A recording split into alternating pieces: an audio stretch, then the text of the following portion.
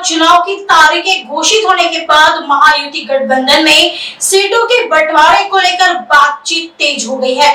बताया जा रहा है कि यह चर्चा अपने अंतिम चरण में है। दिल्ली में गृह मंत्री अमित शाह ने एक महत्वपूर्ण बैठक की जो लगभग 2.5 घंटे चली। इस बैठक में मुख्यमंत्री एकनाथ शिंदे, उप मुख्यमंत्री अजित पवार और देवेंद्र फडणवीस भी शामिल थे। सूत्रों के मुताबिक महायुति के बीच 200 सीटों पर सहमति बन चुकी है, जबकि 28 सीटों पर अभी भी चर्चा जारी है।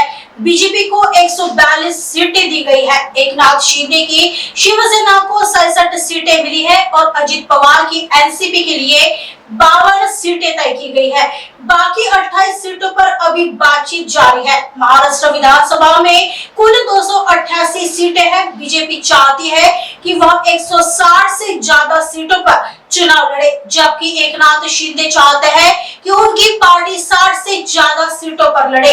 अजित पवार की भी मांग है कि उनकी पार्टी को और सीटें मिले ताकि चुनाव के बाद सरकार बनाने में उनकी स्थिति मजबूत हो।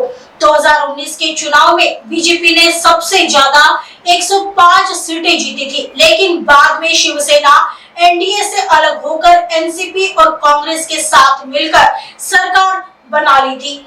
जून 2022 में शिवसेना में आंतरिक विवाद हुआ और एकनाथ शिंदे ने पार्टी के 40 विधायकों को अपने साथ ले लिया। इसके बाद शिंदे बीजेपी के समर्थन से मुख्यमंत्री बने और अब शिवसेना 2 गुटों में बढ़ चुकी है।